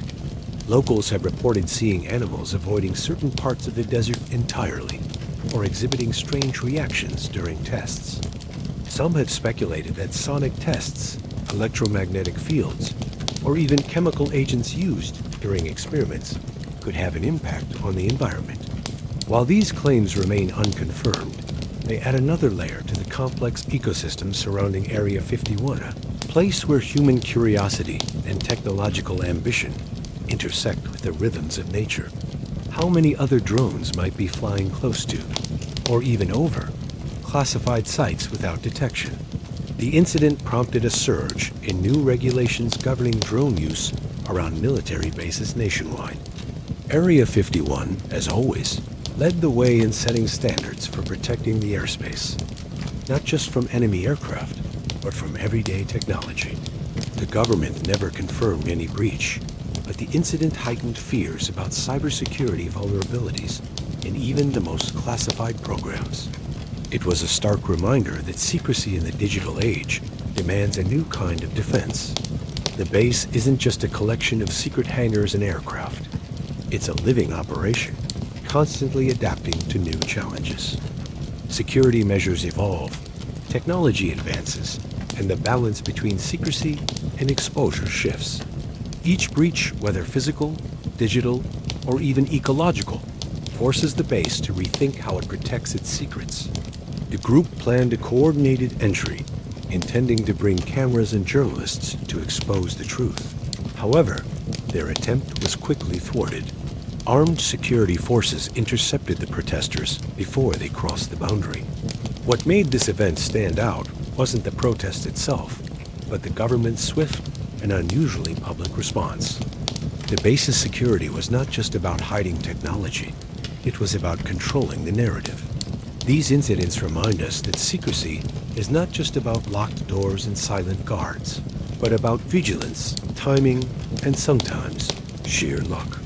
One of the earliest known breaches happened in the late 1950s. A man named Leonard Tripp, a rancher and contractor, who lived near Groom Lake, began keeping detailed notes on unusual activities.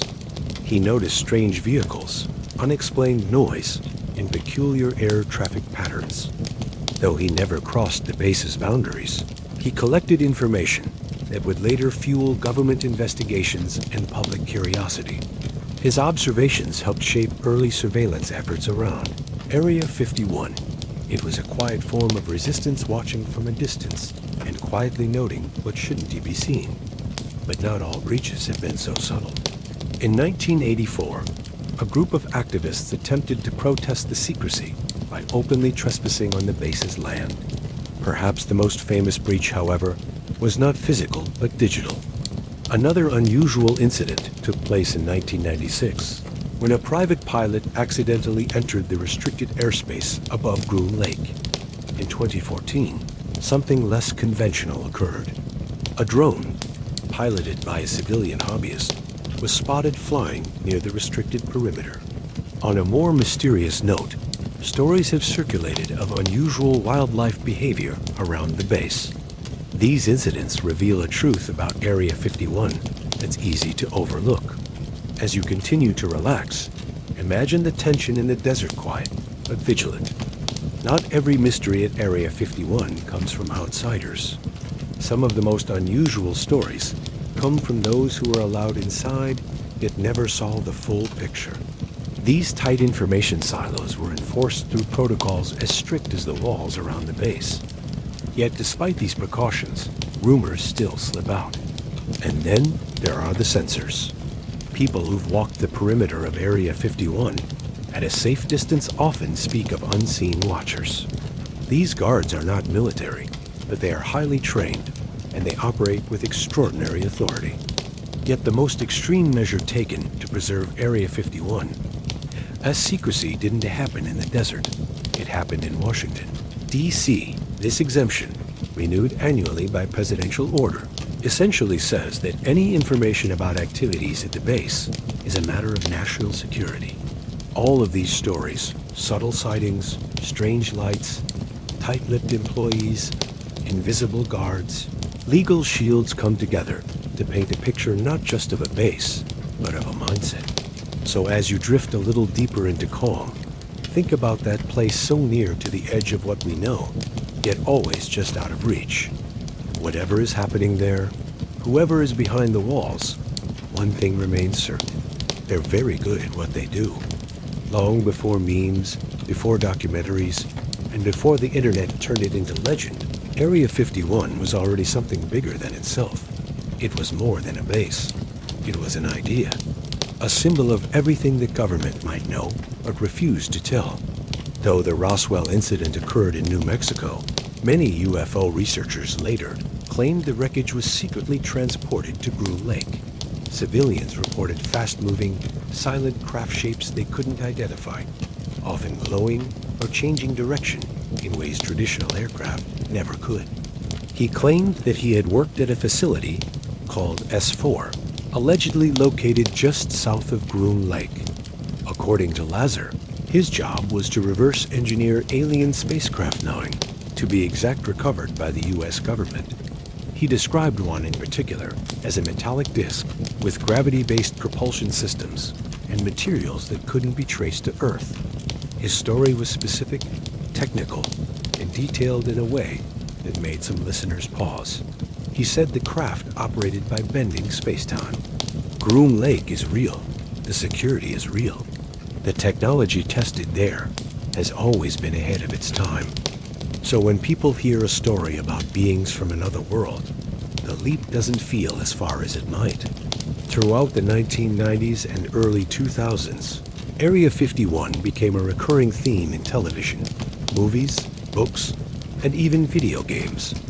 Shows like The X-Files brought the mystery into people's homes, introducing characters who believed, searched, and uncovered fragments of a hidden world. In many episodes, Area 51 was portrayed as the final frontier of hidden knowledge, where alien crafts were reverse engineered, where the government kept quiet about interstellar visitors, and where scientists worked deep underground in places the public would never see. While some details like the U-2 the A-12, and the F-117 were eventually declassified. The deeper, more speculative questions were never addressed. Officials never held press conferences to explain the UFO sightings. No tour was ever offered of the S-4, facility Bob Lazar claimed to work in. People didn't really want to invade Area 51. They wanted to belong to the mystery. It reminds us how much we still don't know, and how deeply we want to believe that something extraordinary might be waiting just beyond reach. And beyond it, hangars that hold nothing, or maybe everything. That's the power of a mystery like this. It lets your thoughts wander, gently and endlessly, through possibility. Whether alien ships truly landed, whether secret experiments are still taking place, or whether it's all just misunderstood aviation history, Area 51 continues to captivate us, not because of what's confirmed, but because of what isn't. They wanted to gather with others who shared the same curiosity, who looked up at the stars and wondered what might be hidden beneath the sand. It wasn't about proving anything. It was about holding space for the unknown. No materials, bodies, or spacecraft were ever shown to the public. The official stance was, and remains, nothing unusual has ever happened at Area 51. If the U.S. can build invisible jets and fly them for 20 years before admitting they exist, what else might be possible? And in a strange way, that's what keeps Area 51 relevant. It doesn't matter whether there's anything left to find. What matters is that we don't know for sure. That vacuum of certainty allows imaginations to grow. For some, the base is hiding alien evidence. For others, it's covering up breakthrough energy technology. Some believe it's the site of time travel experiments, underground cities, or secret contact with other civilizations. Whether fantastical or grounded, the stories endure because they aren't contradicted, they're simply unanswered. In that story, Area 51 is where the remains of a crashed alien ship and its occupants are stored, studied, and ultimately used to help save the Earth. It began as a joke in online posts saying, "They can't stop all of us." But quickly, it became something more. Millions of people responded. News outlets around the world covered the event. Local authorities prepared for a potential influx of thousands. In the end, it turned into a peaceful gathering. People came to the desert not to break in, but to celebrate the mystery. Music, costumes, laughter, and the same old signs warning them to stay away. The idea resonated. It wasn't just about danger or secrecy. It was about potential. What if something hidden beneath that desert floor could change everything? He said they used element 115, a substance that, at the time, had not yet been discovered. It became the beating heart of conspiracy culture, a place not just where secrets were kept, but where people believed the truth about the universe itself was being hidden. Whether the stories were true or not began to matter less than the role they played. In the imagination of millions, Area 51 was no longer just a place. It was a symbol of everything humanity doesn't yet understand. Many of these reports likely coincided with the testing of the U-2 and A-12 Oxcart programs. His records, school history, and employment files appeared to vanish. But that, too, became part of the mystery. Movies like Independence Day, Men in Black, and countless TV episodes reference Area 51 as the ultimate vault of alien secrets. And Grand Theft Auto 5 included secret bases or missions, clearly inspired by the real Groom Lake. Players could explore hidden labs, uncover crashed saucers, or battle shadowy forces guarding otherworldly secrets. These stories were fictional, but they fed into something real, a desire to know what's behind the curtain. A curiosity that never fades. The phrase Area 51 became shorthand for conspiracy itself, a place where the extraordinary hid behind concrete and silence. For believers, the lack of evidence wasn't disproof. It was a sign that the truth had been buried, that they were being studied, preserved, even dissected. Others believed that communication had already occurred, that deals had been made between extraterrestrials and elements within the government. Bases built below ground. Technology exchanged. A quiet cosmic partnership hidden from public view. Most of these stories had no hard evidence, just testimony.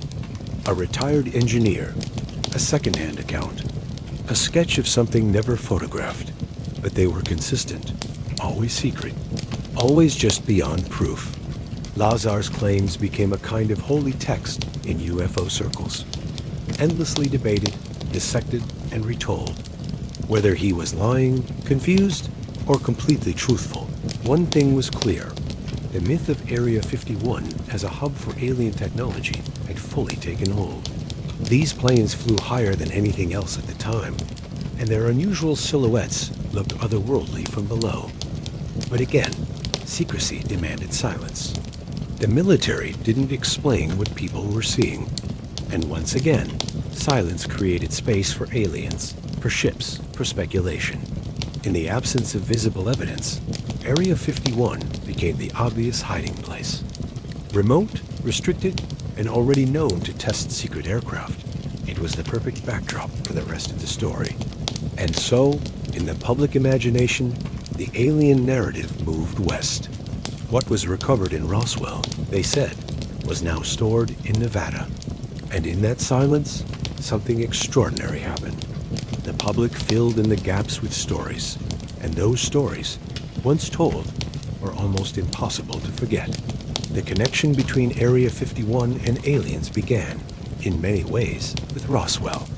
In 1947, a mysterious object crashed on a ranch in New Mexico. The U.S. Army first reported that it had recovered a flying disc, but quickly retracted the statement, claiming it was a weather balloon. That brief moment of confusion sparked one of the most enduring myths in American history. The idea that an alien spacecraft had crashed and had been covered up. The official explanation eventually evolved into the truth behind Project Mogul, a classified effort to monitor Soviet nuclear tests using high-altitude balloons. But for many, the retraction itself was suspicious. Why announce something so bold, only to walk it back? And here's where Area 51 comes in.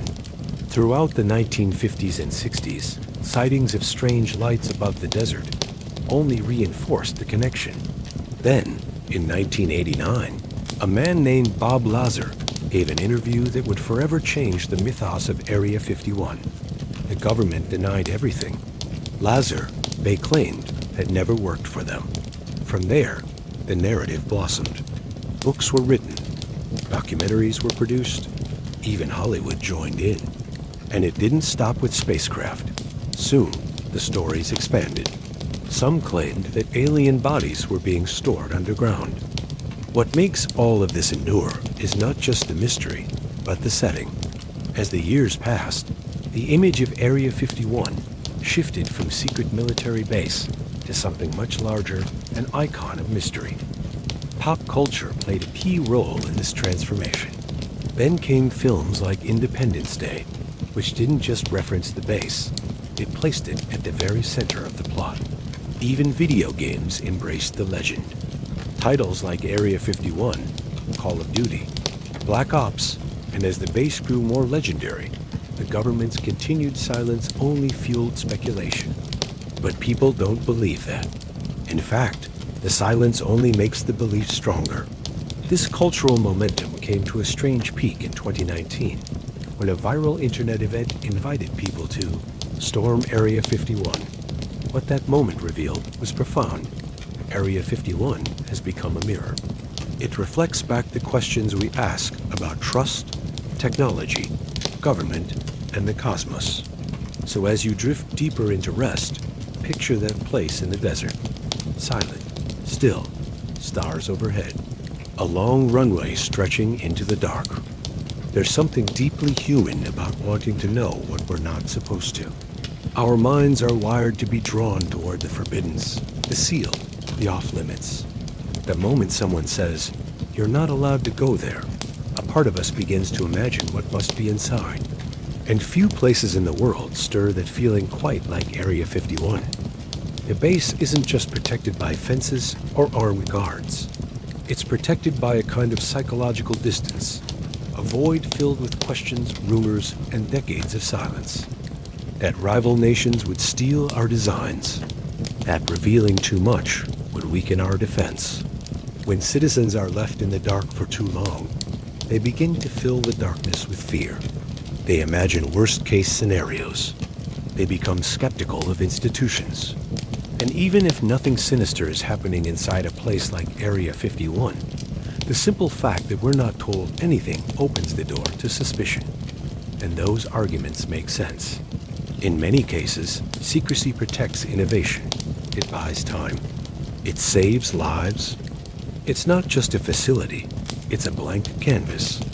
During the Cold War, it stood for national pride and technological superiority.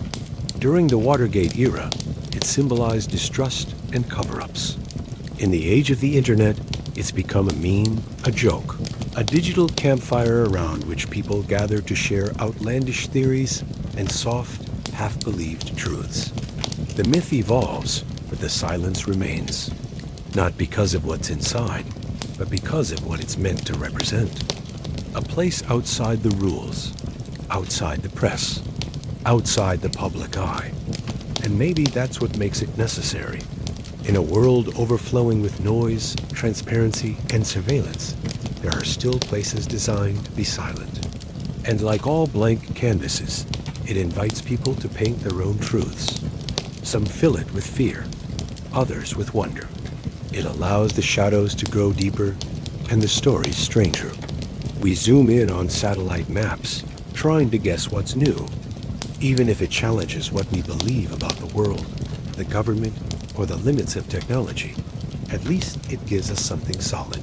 But Area 51 offers no such comfort. It offers only silence. And in that silence, we are left alone with our thoughts. Some do it for fun, some out of obsession, but all for the same reason. We want to know.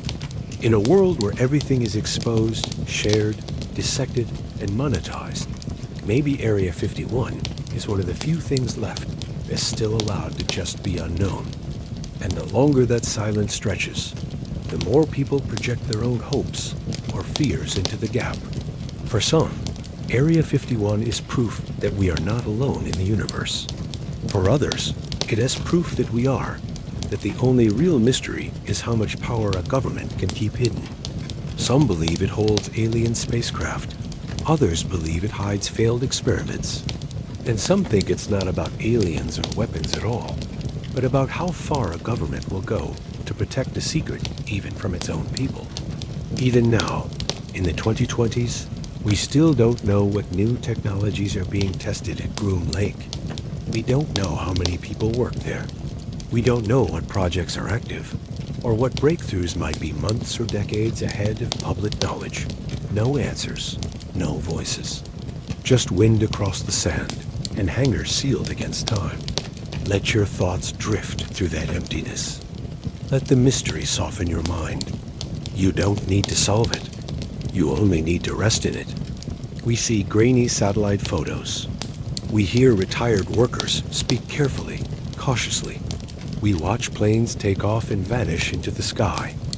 But the details? The full story? Those stay hidden. When information is restricted, it automatically seems more valuable, more intriguing. When we realize that a government facility can operate for decades without acknowledgement, with zero transparency, it raises questions about trust.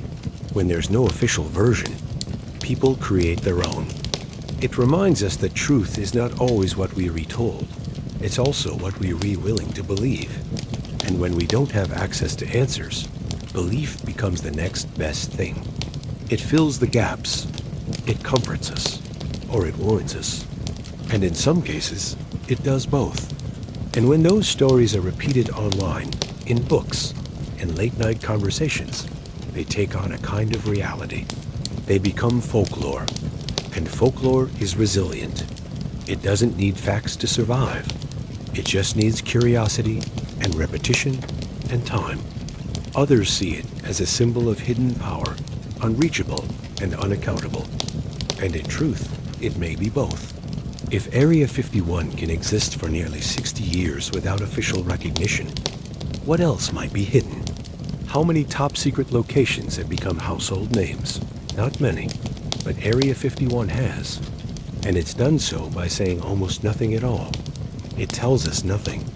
No mission, no purpose, just a number. It taps into ancient parts of the mind, the same part that once watched shadows outside the firelight, wondering what might be out there. The same part that made myths to explain stars, storms, and silence. In that way, Area 51 isn't just a modern mystery. It's a timeless one, a reflection of something we've always felt, that there are things we don't understand, and someone, somewhere, who does. It's the perfect blank canvas. Over time, the number itself has become a kind of code, not just for a place, but for an idea. The idea that some things are not meant to be known. What else might be happening behind closed doors, in places we've never heard of? The idea that something is being kept from us flips a switch in our minds. It makes us lean in. In democracies, we're told that power comes with accountability. But secret facilities like Area 51 operate on the opposite principle. The more important the work, the less we're allowed to know.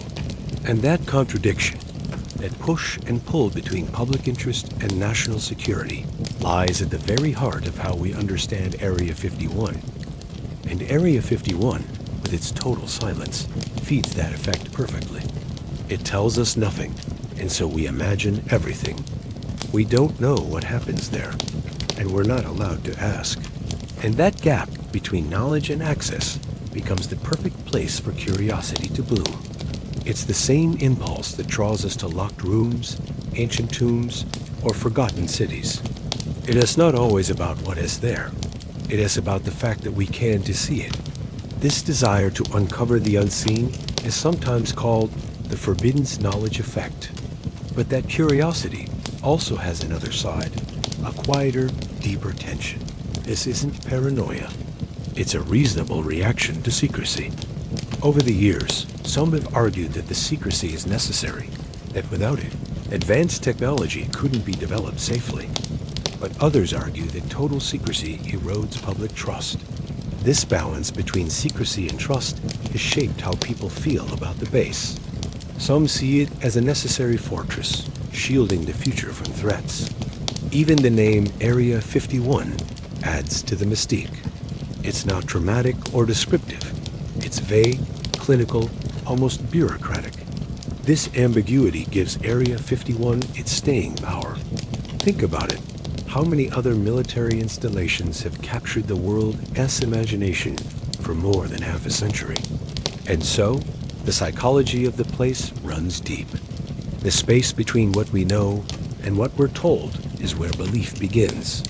And Area 51 exists entirely in that space. In that way, Area 51 isn't just a secret, it's a mirror. It reflects the mood of the culture around it. That silence is powerful. It's what keeps the questions alive. That's part of what makes Area 51 so fascinating. Consider how little we actually know about what goes on behind those fences. And maybe that's the point. Maybe Area 51 is unsolvable by design, but silence has a cost. It creates space for misunderstanding, for fear, for fantasy. And still, we look toward it. We climb the hills. We scan the skies. We want to know because knowing feels safe. It gives us control, even if the truth is strange. Still, there's something beautiful in that. Something oddly calming. A place that never explains itself. A story that never ends. So as you lie here now, breathing gently, imagine that distant patch of desert quiet, unchanged, untouched. Whatever secrets are there, they've waited this long, and they'll still be there in the morning. As time passes, most places fade from view. Bases close, programs end, and what once felt urgent becomes history. But Area 51 is different. It hasn't faded. It's no longer just a test site. It's become part of our shared cultural memory. It represents not only secrecy, but continuity. The fact that, in a world of rapid change and constant exposure, this one place remains hidden is almost comforting. It's like a quiet background hum, reminding us that somewhere out there, something is still off limits. Something still matters enough to protect this carefully. If anything, it's grown larger in the public mind, quietly, efficiently, while the world watches from a distance, guessing, speculating, wondering. Even now, researchers track satellite images of the base, comparing photos from month to month, year to year. A new building here, a freshly paved lot there. If the government were to suddenly declassify everything about Area 51, if they opened the gates, published the blueprints, and revealed every test aircraft, the mystery would vanish. We trace contrails. We tell stories that begin with, what if? And for all the progress and all the change, Groom Lake remains what it has always been, a place apart. It has become a kind of permanent fixture in the landscape of human imagination, anchored not by facts, but by the stories we tell about it. Stories of what might be hiding beneath the sand, or flying just above it, shimmering in the heat, unseen by most eyes. Aliens, secret weapons, lost time, hidden tunnels, crashed ships, it all becomes part of the patchwork. And while many of these elements are clearly fictional, they help keep the real base locked in a kind of narrative orbit. The truth might be dull, but the stories are alive. A proven laboratory for world-changing innovation, and a mystery box for the public imagination. It occupies two spaces at once, one governed by classified memos, the other by wide-eyed curiosity. And remarkably, those two worlds have never fully collided. They circle each other, influencing one another, but never meeting head-on.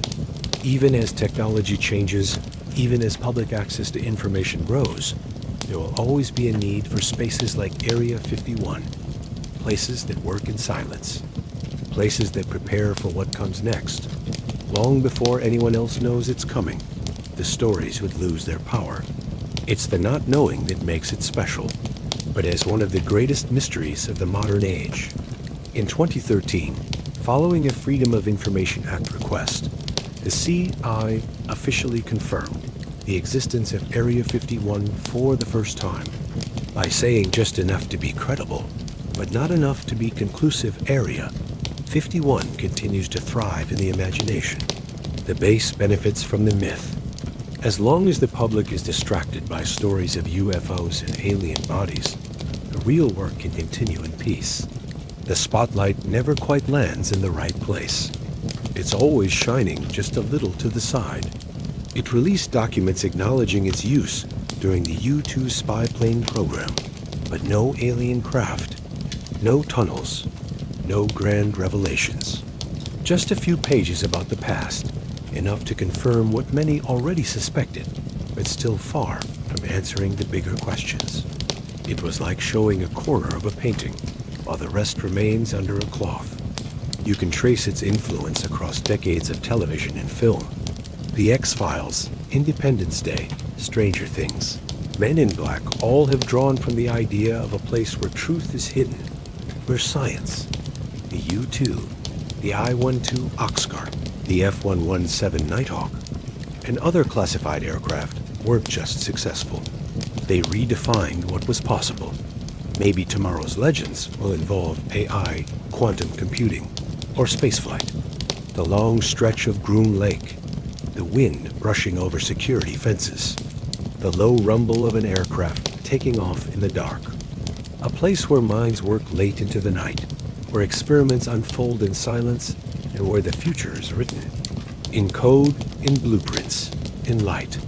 But the core idea, the idea of a place that knows more than it tells, will endure.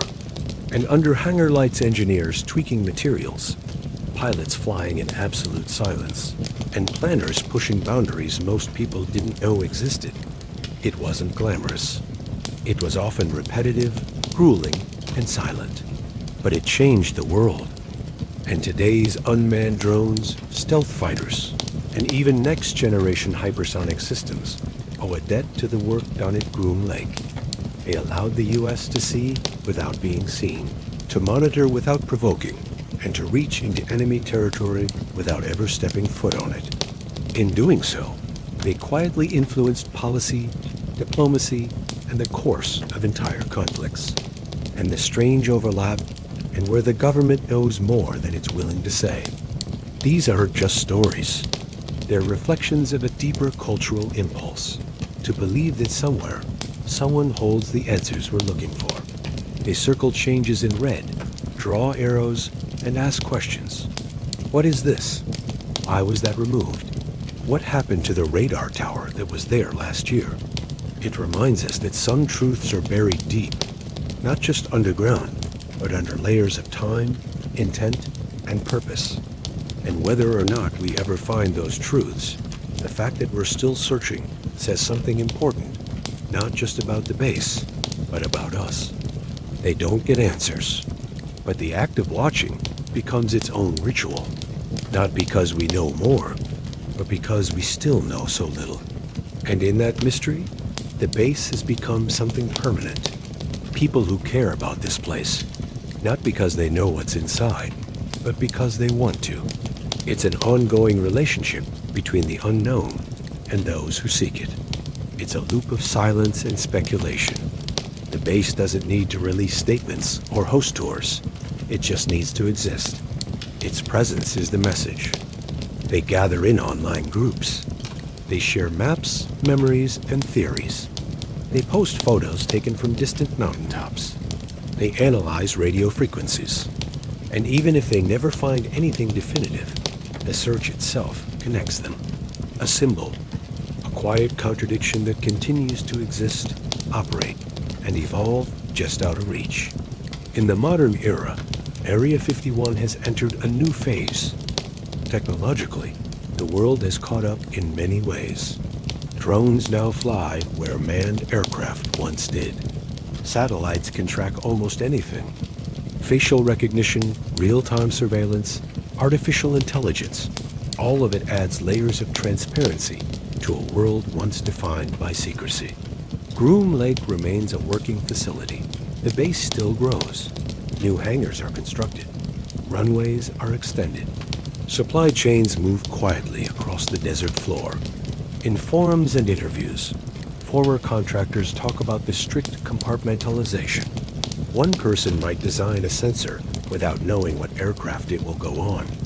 Another might analyze a propulsion signature without seeing the vehicle that made it. Even janitorial staff are sometimes kept away from key areas. The secrecy is not just about protecting information. It is about ensuring that no one person can ever piece the whole puzzle together. And employees, many of whom are never named, never photographed, never even acknowledged arrive, and leave like shadows. They board their planes at dawn. They land behind locked gates. They do their jobs, and then they vanish again. But not at Area 51. Groom Lake has adapted to this new world without becoming part of it. It resists the glare of satellites. It absorbs attention without reacting. And still, it says nothing. And yet, even as the outside world becomes louder, this daily routine has become part of the base's myth. And so, the work continues day after day, year after year. Interestingly, that act of watching, of studying shadows, has created a kind of community. That connection, in turn, fuels a larger truth. Area 51 is not just a place, it's a process. And in a strange way, the secrecy has become part of the allure. So instead, the silence continues, and we keep watching. We look for lights in the sky. Even now, the name Area 51 carries a certain gravity. It evokes feelings of curiosity, wonder, caution, and awe. There are places that fade with time, and there are places that grow larger the longer they remain in shadow. Area 51 belongs to the second kind. Its legend has been reinforced, not just by what happens there, but by what happens around it, especially in the realm of fiction. And because Area 51 has never clarified its purpose in full, Every new piece of fiction simply adds another layer to the myth. At the same time, Area 51's real work, its documented history, has shaped modern warfare and aerospace technology in profound ways.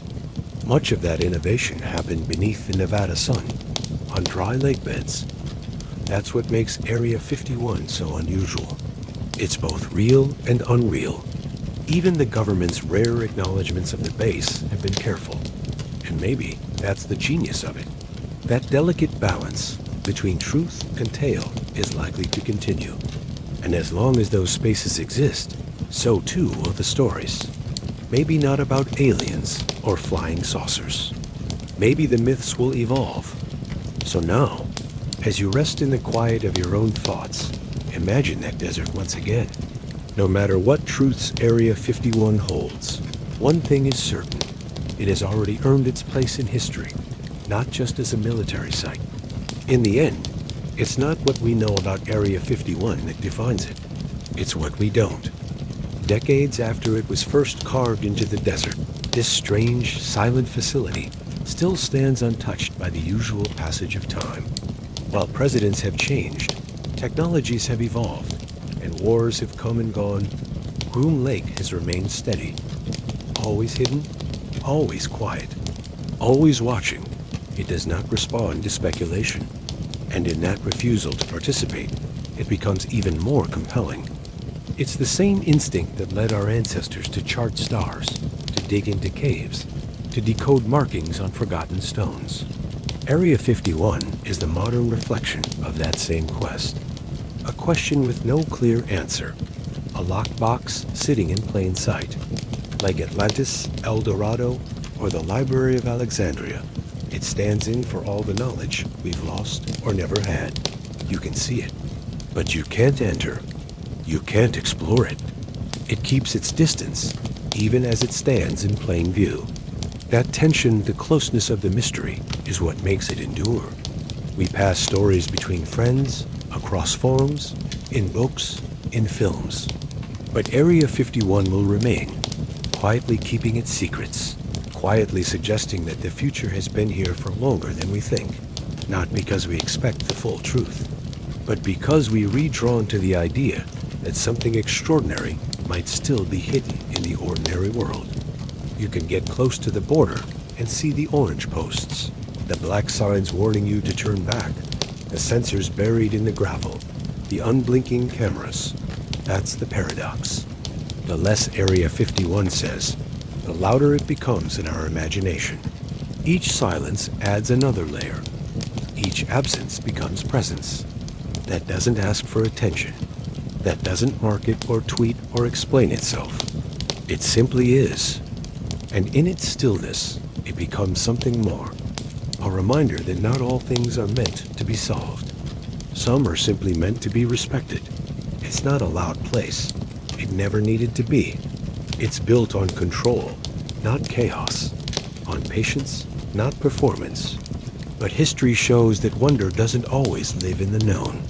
Maybe it's okay to leave 1 or 2 pages unread, 1 or 2 doors unopened.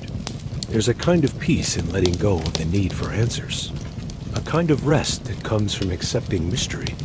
From lying back, closing your eyes, and knowing that the world still holds something sacred, something secret. Sometimes it lives in the spaces we haven't reached yet, in the questions that remain open, in the locked doors we walk past, year after year, still wondering what lies behind them. Red lights blinking in silence, hangars closed, their contents hidden. A world behind the fence still moving, still guarded, still unknown. You don't need to solve every part of the puzzle. Let Area 51 remain what it has always been, a mystery waiting in the dark, unfolding, not in answers, but in wonder.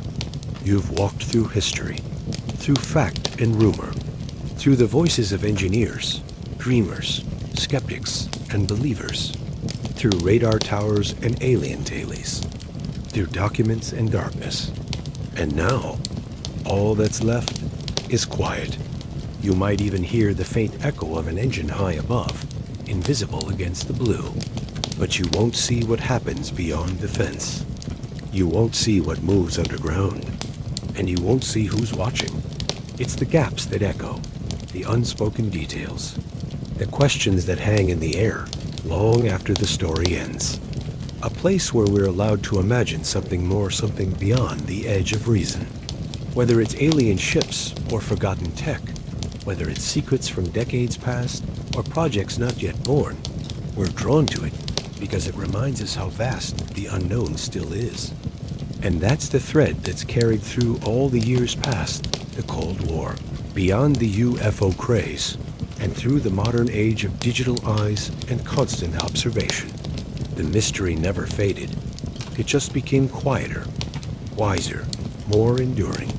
To know there are still places left untouched by headlines, still places that haven't been fully photographed, posted, or mapped, still places that belong to silence.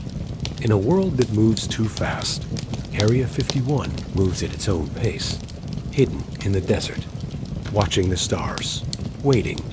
But unlike those legends, Area 51 is real. It's on the map. You can drive close enough to see the warning signs, the cameras, the fencing. You can look up satellite images, count the buildings, trace the runways. It's there, just untouchable. It reminds us that no matter how much we know, there will always be places and truth just beyond the reach of our fingers. It pulls our thoughts away from the noise of daily life and towards something quieter, something older, deeper, more primal. The human need to understand the hidden. They are often bound by lifelong secrecy agreements. What they saw, what they touched, what they helped build, those memories stay locked behind their eyes, never to be shared. And so, generation after generation, the curtain remains unlifted. A few rumors, a few guesses, but no full picture.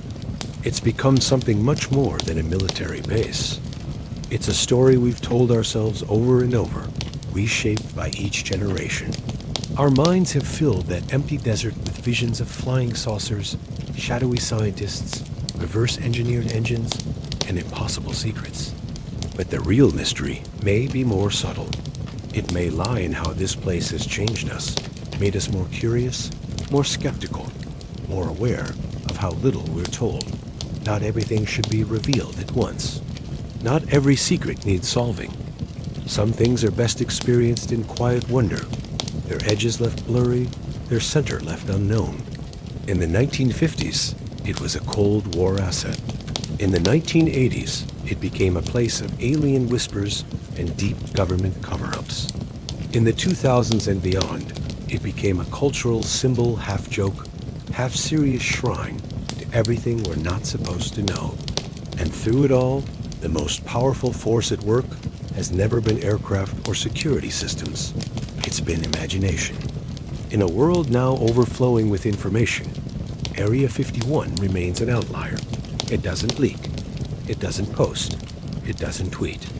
That need is ancient, and maybe that's okay. Maybe part of what gives life its meaning is that there are still mysteries left. In many ways, Area 51 has become a modern myth, not because it's fake, but because it holds meaning beyond its physical form. And perhaps that's the most fascinating part. It's a myth you can almost reach. Even those who have worked there rarely speak in detail. And yet, we continue to look.